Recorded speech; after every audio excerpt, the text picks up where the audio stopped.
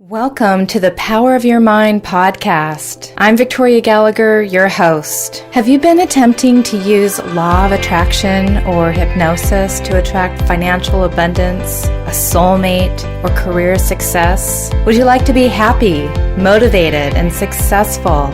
Have better health, enjoy more fulfilling relationships, overcome struggle, and gain mastery over your life? Then join me on this amazing self-help podcast where you'll unleash the power of your mind. I'll be sharing 20 years of wisdom and techniques of hypnotherapy, law of attraction, visualization, meditation, personal growth, positive affirmations, and other effective methods to help you tap into the great power which resides in your mind and become the best version of yourself. Well, hello, and welcome to today's episode of the Power of Your Mind podcast. You're listening to episode number 57. I'm Victoria Gallagher, Law of Attraction coach and #1 bestselling author of Practical Law of Attraction, Align Yourself with the Manifesting Conditions and Successfully Attract Your Desires.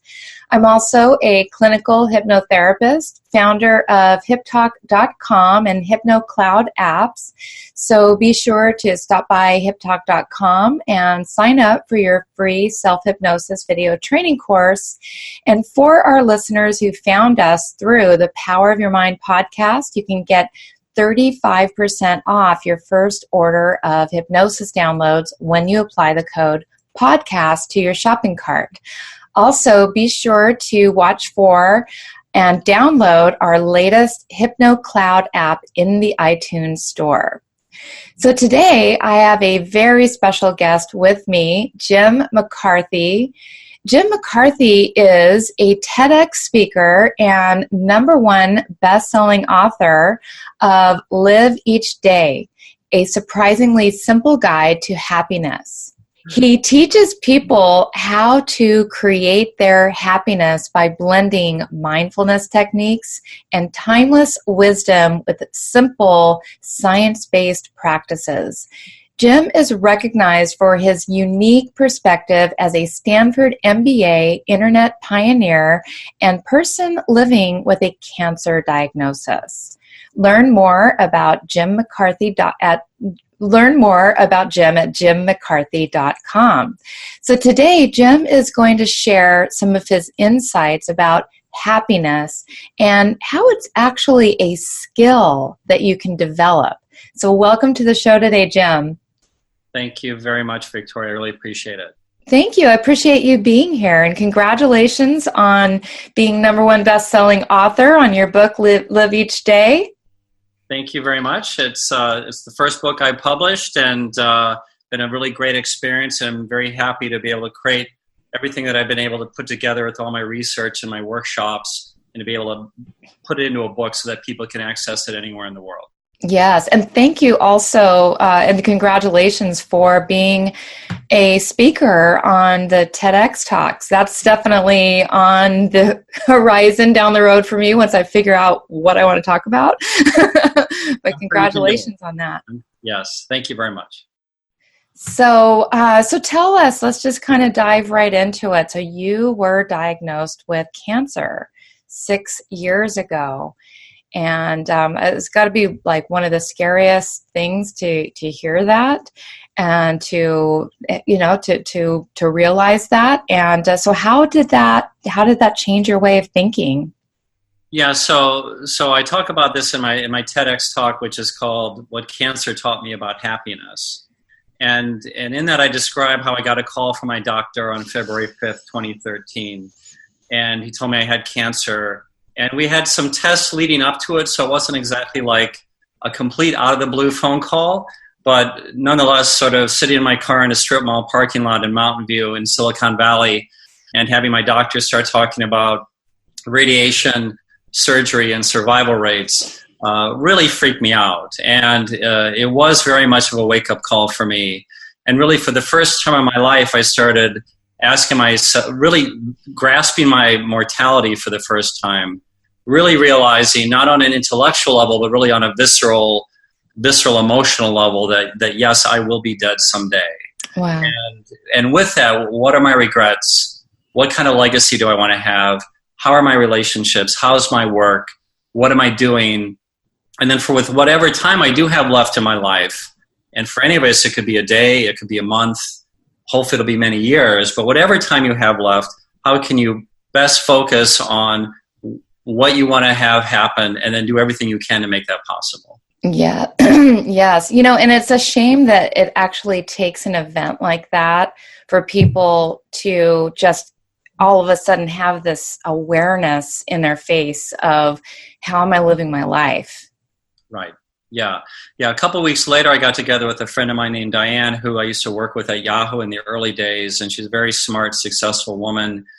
And I said, Diane, I don't even feel like I'm in the same league with you. I mean, I have early stage prostate cancer.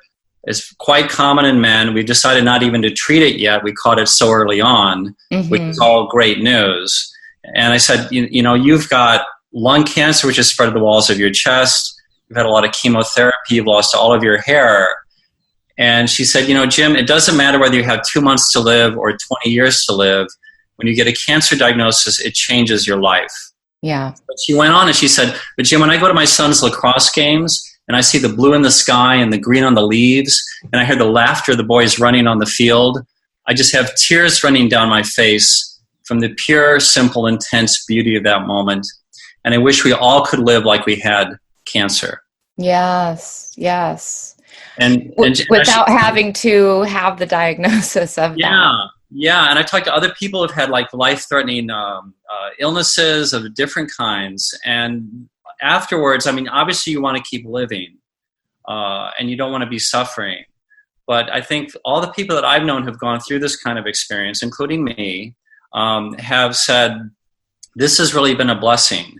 This is something that has forced us to really think about our life, really cherish the lives we have, and also think about, okay, what do I really want to do? And then how do I train my brain for success in terms of positive thinking and in terms of even reframing things? Right. Which I think is probably very much consistent, Victoria, with everything you've been doing in your life. But I'm sure you're please chime in here. But I think this is a beautiful way to take what's tough in one's life, turn it around and reframe it in a way so that it actually becomes not a source of defeat or being a victim, but a learning and a growth kind of opportunity so we can get even better, even become more of who we've always wanted to be and have the courage to make it happen. Absolutely. So you write that happiness is a skill that you can develop. So what do you mean by that? So, a lot of people, they talk about, finding happiness, finding even like long-term, permanent, everlasting happiness. And I don't believe in either one of those things. For one thing, I think to live is to suffer. Mm-hmm. The Buddhists talk about this, but I'm sure in any spiritual tradition we look at, it accepts the fact that life is not easy. Even if you look at the most privileged person you can imagine, their lives are not easy either in different kinds of ways. Right. And there's research in my book which talks about this as well. So it's not something that, so life is never going to be perfectly easy. And similarly, it's not something you just find. It's not that you just kind of like wake up one day and say, oh, I'm just happy and things are just great. It is something you have to work at. Now, it may not be complicated. It might be fairly straightforward, but it does take some work or some effort. And so I say it's a skill. Happiness is a skill that you can develop. And in my book, I share age-old wisdom from different spiritual traditions, but I also share a lot of very cutting-edge scientific research, social sciences, neuroscience, all the science of the brain and everything about what makes people happy, what makes them feel fulfilled and rewarded and really feeling good. And there's various practices that I share in the book that are easy to implement starting right now in order to be happier. And it's all been scientifically proven. I'm happy to go into detail on that if you'd like. Yeah, it's really interesting, though, because so many of us, we come into this world just sort of expecting happiness to be there. And especially after maybe we've had successes and we've had things go our way, we've gotten all the things that we want. And then you might find yourself like, well, why do I feel depressed? Why don't I feel happy? And it can be very fleeting. It's not something that you can necessarily, like you said, hold on to forever. And just all of a sudden you arrive at this place called happiness. It is the mode of transportation that you take to the things that you ultimately want. You have to bring your own happiness, is what I'm hearing you say. Right. And the 4 daily practices, first of all, I talk about something called the magical 1%.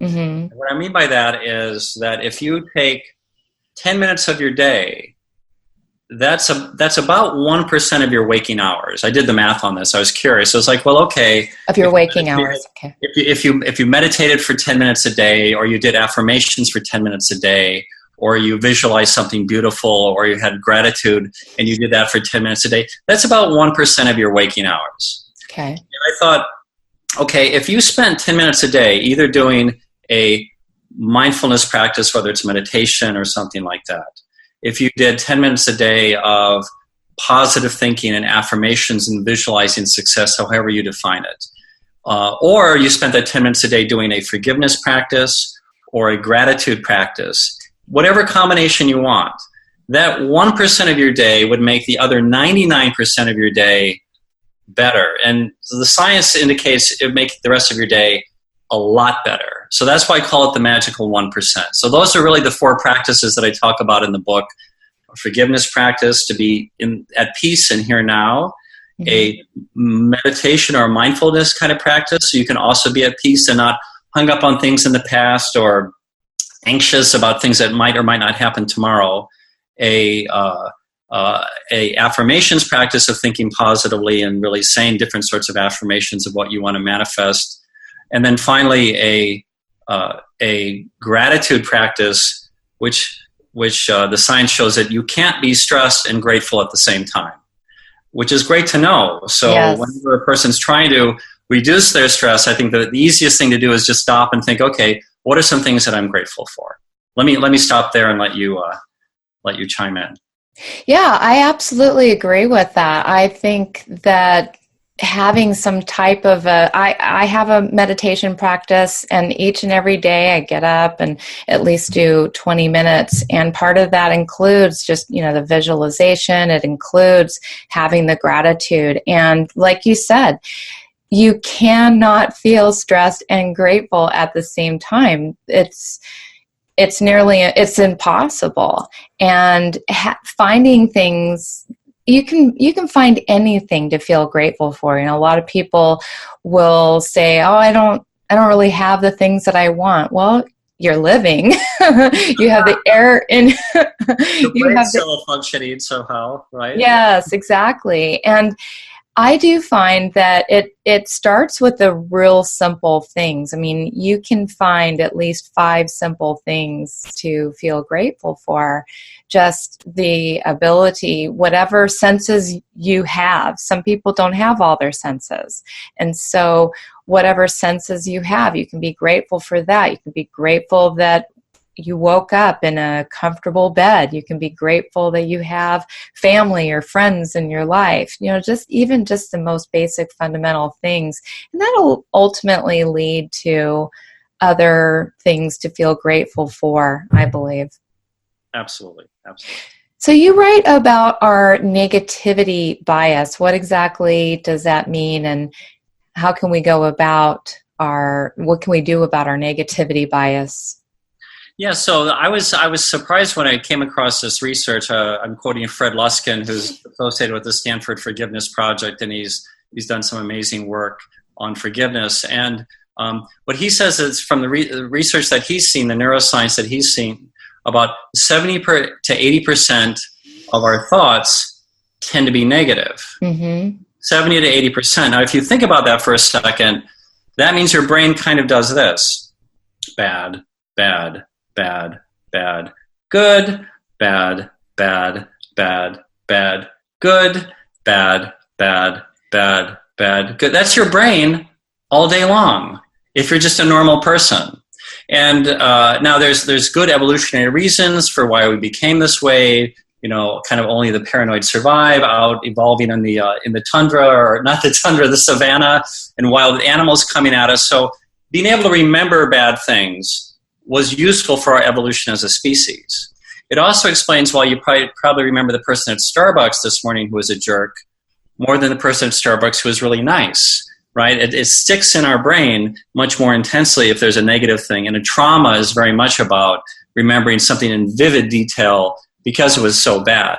Yes. Okay. So there are good evolutionary reasons for this. But when it comes to our work relationships, our personal relationships, whether you ever have the courage to start a business, how you're getting along with people, even just simply appreciating all the goodness in your life, if you're thinking negative things 80% of the time, then you're really not going to be at your best. That's so true. You would no one would ever ask anyone out on a date. No one would ever start a company. People wouldn't do anything if they were always overwhelmed with this negativity. Now, fortunately, people have the courage often to do things, but the fact is that this is something that we can manage, right? This is a skill that we can develop. And I'm sure that you've spent many, many years addressing this as well in your own work. So I don't pretend to tell you something you don't already know. But for the audience and for the listeners who I'm sure are very interested in this, the idea is that through affirmations, through positive thinking, you can train your brain to be much more positive. And Rick Hansen, who's a Bay Area neuropsychologist who's written some great books, he says, neurons that fire together wire together. So you can literally change the structure of your brain. I'm not talking on a metaphorical level or on some sort of a philosophical level. We're talking literally on a neurochemical level. The neurons in your brain are going to fire with whatever kind of patterns you're going to feed it. And so how you think about events, what you think about events is going to reinforce itself in your brain. So if you wake up every morning, you say, I'm stupid, I'm ugly, I'm not healthy, I'm overweight, I don't get along well with people, my boss is a jerk, the system is rigged, I hate the bus system in this town or whatever, then that will manifest itself in your brain, and that's kind of the impact you're going to have on people around you. On the other hand, if you wake up and you say, I'm beautiful, I'm strong, I'm healthy, I get along great with people, I'm creative, I'm great with remembering people's names, I am a wonderful, compassionate daughter or a sister, I'm funny, I'm relaxed, I'm forgiving, I'm caring, and any of these things, starting with the word I, right, and you state it as a fact in the present tense. This is at least how I teach people how to do affirmations. And if you do this over and over again, week after week, month after month, year after year, these really will reinforce themselves in your brain.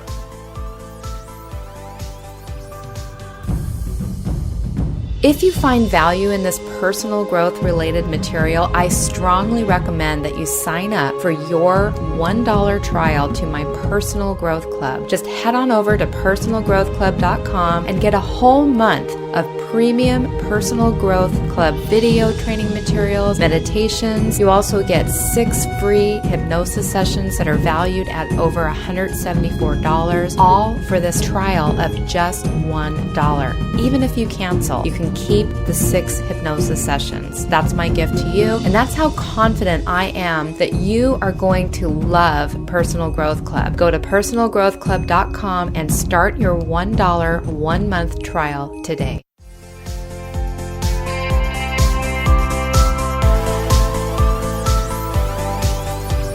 It will, and I like hearing you say year after year, because the thing is that a lot of times people will start along the path of positivity, and 2 weeks into it, they're like, this doesn't work. Why do I still feel the negative thoughts coming up? Well, because you've been on this earth for 20, 30, 40, 50, 60, 70 years, and you've been thinking these 70 to 80 negative thoughts unconsciously, okay? Because that's the other thing too, is that most of the thoughts that we are thinking are not even in our conscious awareness. Mm-hmm. And so we might be dealing with some of those negative thoughts, the ones that we're aware of, but there's still going to be things that you're not aware of, and you have to do the work. You can't just say, well, I'm thinking negative and continue going down that negative path and just let that run you. You've got to take control. Right. Right. And in my workshops, they're very hands-on even if I do a keynote speech, I still have, large rooms of people where they're writing. I have them with a pen and a piece of paper, or now these are writing exercises in my book where I say, okay, write out 10 affirmations for yourself. And you can be really high level, like I'm healthy or I'm strong, or they can be like very specific, like, I call my mom and dad every other week and tell them that I love them, right? It can be all different sorts of things. It can be about your career. You can say, I'm the best project manager in Silicon Valley. I'm the most fantastic financial manager in Dallas, whatever it is, right? And if you can't visualize it and you can't put it into words, it's pretty hard to make it happen.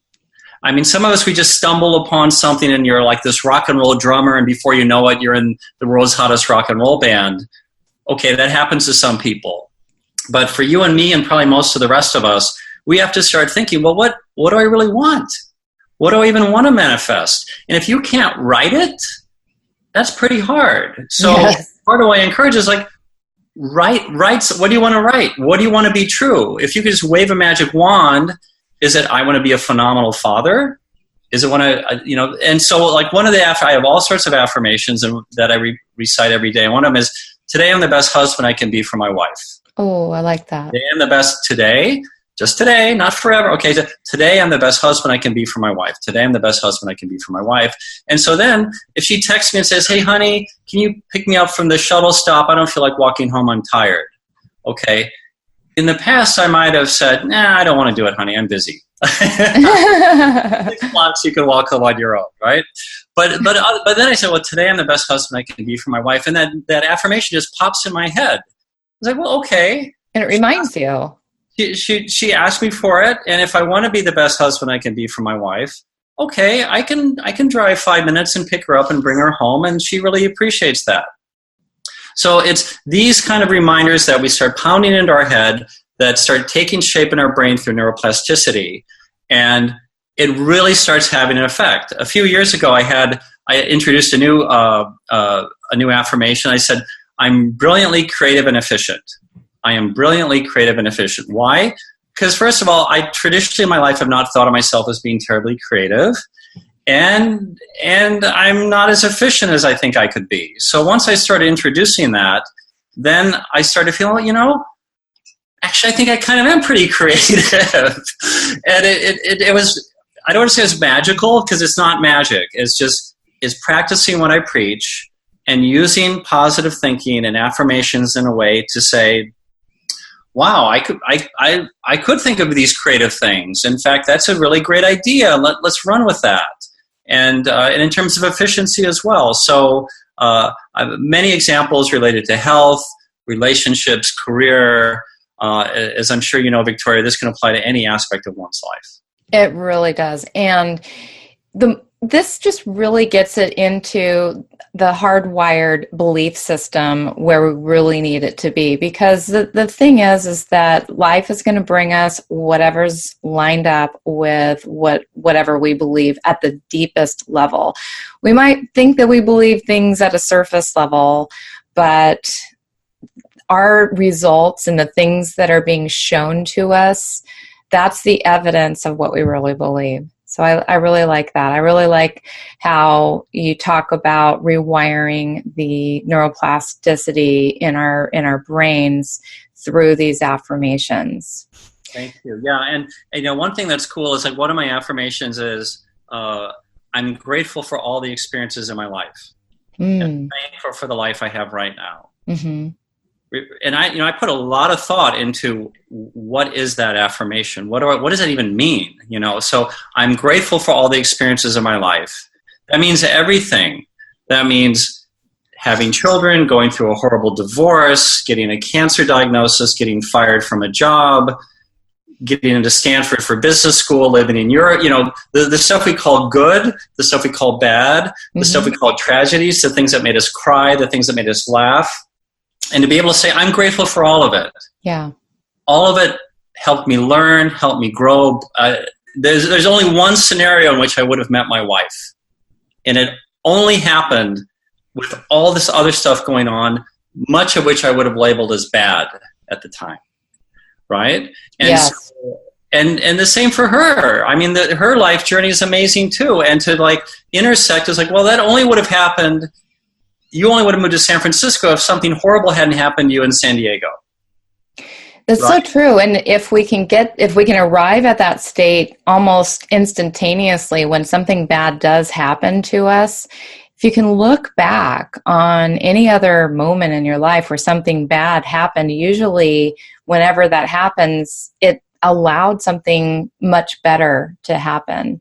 Right. And so one of the many writing, I think I have 37 different writing exercises in my book. And in one of them I said, okay, go ahead, make a list of all the really great things that happened in your life, whether you met someone that you fell in love with, whether it's having children, whether it's great where you went to school or the best friend you made or a vacation or something like that. Okay, write out all these really fantastic things that happened. Okay, now, other side of the paper, the other page in the book. Okay, now make a list of all the really horrible things that happened in your life. Disasters, setbacks, deaths, illnesses, tragedies, horrible injustices. And by the way, everyone can make a pretty good list. We've all had our fair share of suffering. I've never met anyone who didn't go through some really, really tough times in their lives.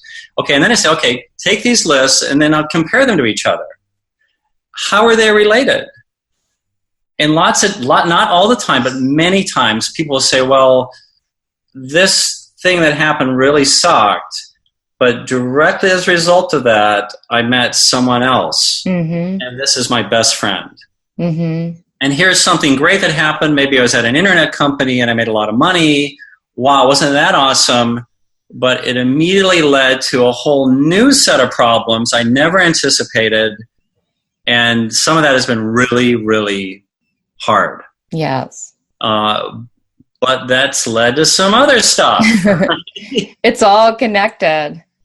Yeah. It really is. So, and I think people kind of think of this in sort of fuzzy terms often, but part of what I do in my workshops and in the book is to really say, okay, you sit down even for 3 minutes, make a list, write it out. And in doing that, I think it's almost like speed dating. It's like this very quick kind of therapeutic thing. And in doing that, people will have some very strong epiphanies and really help them kind of reframe how they think about a lot of things. That's great. That's great. I like your style of teaching. Thank you. With the writing and getting people to be in what's the word I'm looking for?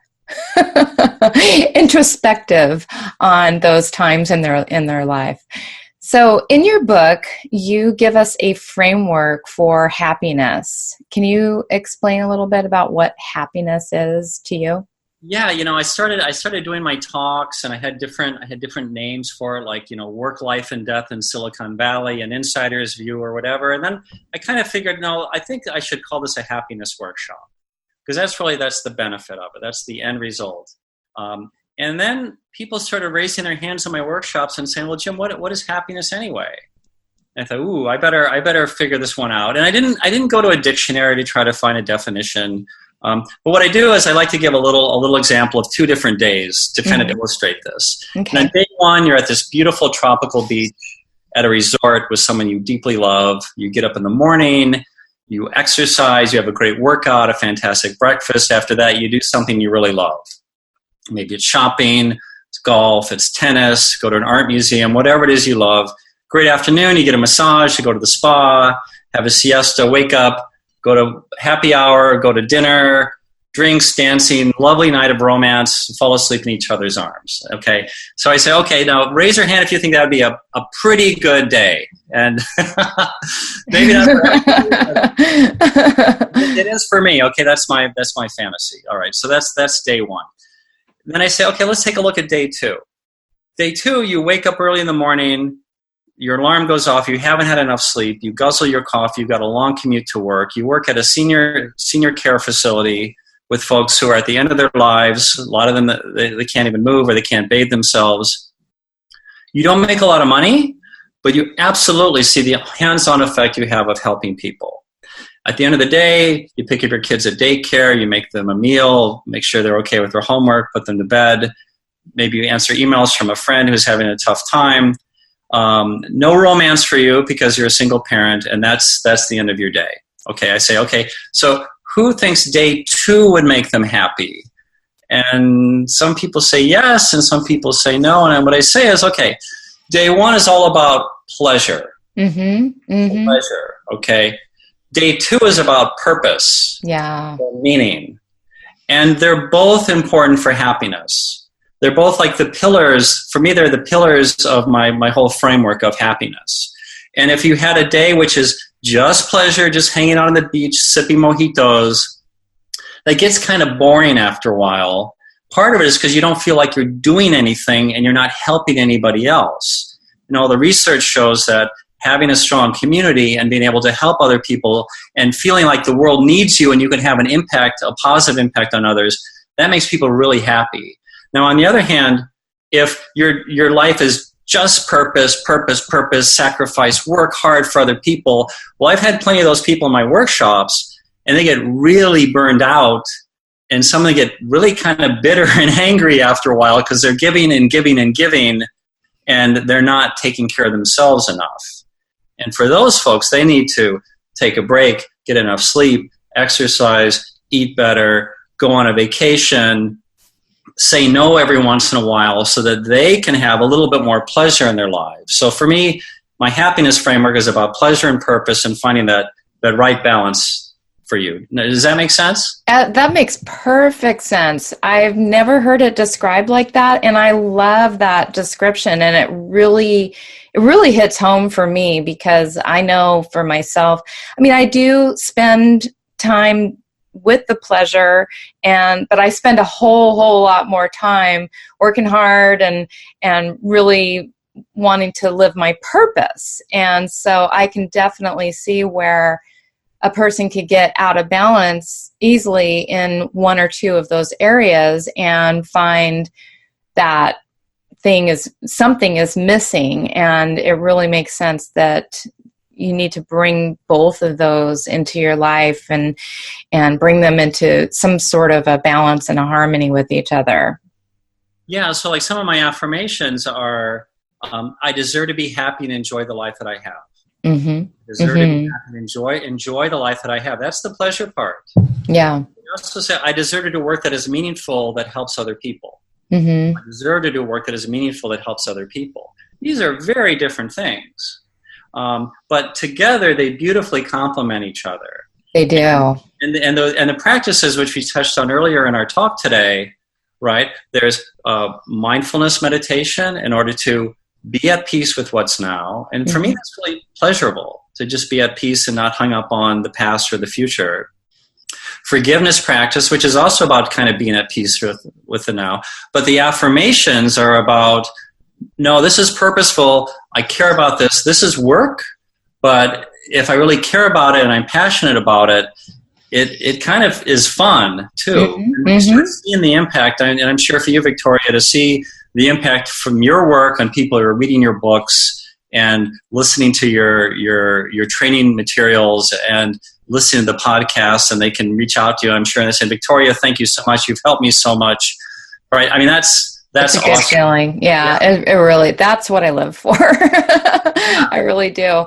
And also trying to incorporate a little pleasure in my life as well. So the two definitely do go hand in hand.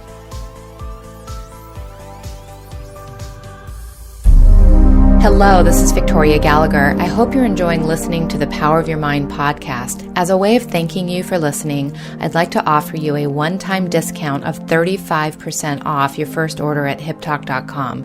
Just go to hiptalk.com and enter the code PODCAST in the discount code area in your cart, and you'll receive 35% off your first order. Thank you so much for listening to the Power of Your Mind podcast.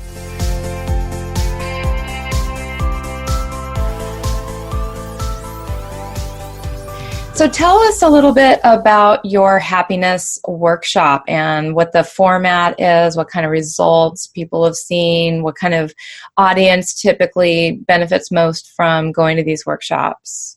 Well, soon after I got my cancer diagnosis, I thought, maybe I have some sort of story or perspective to share with people that'd be useful. And I basically had people write out I think it was like 50 questions I asked the day I got my cancer diagnosis, right? When am I going to die? Where? Who's going to be with me? What regrets do I have? How do I feel about my work? How do I feel my relationships? What do I need to repair? And people really liked that workshop, but they said, "Hey, Jim, can we talk about this a little bit?" Anyway, so it's evolved over the years, and I keep on refining and tweaking it. But basically, my workshop is one part where I'm sharing stories from my life, kind of like what we've had in this conversation, giving examples to illustrate points. Part of it is sharing the scientific research, which validates why I know what I'm talking about. And my book, I think, has 256 endnotes from lots of scientific research to support what I'm saying. So it's not just lofty ideas or theory. But then also what I do is I have a lot of these writing exercises. And so in my keynotes or in my workshops, I might have, 4 minutes, write down 10 affirmations for yourself. Or if I were to die today, how would I feel about my relationships? What do I need to repair? Mm-hmm. And it's always in the context of what's the action item? Okay, going forward, what do you need to change in your life? Do you need to change your work? Do you need to repair things in your relationships? Is there somebody that you need to forgive? So that's kind of the format. And then really the practice that we talked about, forgiveness, meditation, affirmations, and gratitude. And so I share with people different ways that they can do this. And usually I end up with the gratitude part. So that's the workshop. I've done it for very small groups of people. I've done it for an executive retreat for the Amazon Alexa Global Leadership Team. I've done it for nonprofits. I've done it for Young Presidents Organization in Ecuador and Panama, and I travel internationally. So it's really fun to share this with other people, and so I love being able to speak and have that kind of direct in the room contact with people. But other people said, "Hey, Jim, you got to put this in book form." So if I'm not in your neighborhood or town, or you can't bring me there, then at least there's the book, which hopefully is a good way to get exposure to all this. That's great. That's great. So a lot of people have a tendency to suffer from anxiety. What kind of advice does your book give for people who are dealing with that? So for anxiety, part of that is I think it's a relationship to the past and the future. Mm-hmm. And I have a very close friend who really had sort of a nervous breakdown about a year ago. And part of it was this person was replaying over and over in their mind some of the difficulties from work that had been happening. And then this sort of was getting triggered about past traumas in their life that were life and death situations. But this situation in their work was not life and death, but they were treating it like it was. And so part of what's helpful, I think, is writing in a journal and really exploring these thoughts. And then I'm sure you've heard of cognitive behavioral therapy. Oh, yes. And so, which my understanding is that this is like the most highly regarded area of psychology these days. And so more than just exploring what happened with you and your mom when you were 8 years old, right? It's more like, okay, what are your thoughts right now? And when you realize that your thoughts affect your emotions and your actions, if you can recognize what's going on with those thoughts and say, well, wait, maybe that's not true. Maybe there's a different way to reframe this in a way so that I can think more positively about it and not go into these cycles of repeating over and over again what's happening. So my book talks about mindfulness practice in order to be here in the now and not anxious about something that might or might not happen tomorrow. There's parts on forgiveness, which is letting go of things in the past. And I tell a story about how I almost got fired at Yahoo 20 years ago, and it was traumatic for me. And if I had learned to kind of like let it go sooner and accept that adversity happens to everybody, then I would have been much better off. Yes.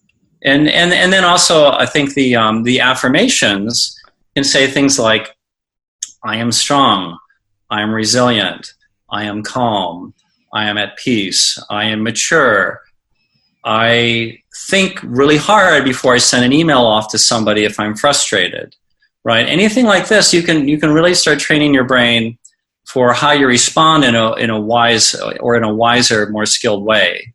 And you start putting it all together, and even little changes here and there, you realize I'm not just my thoughts or even my emotions running out of control.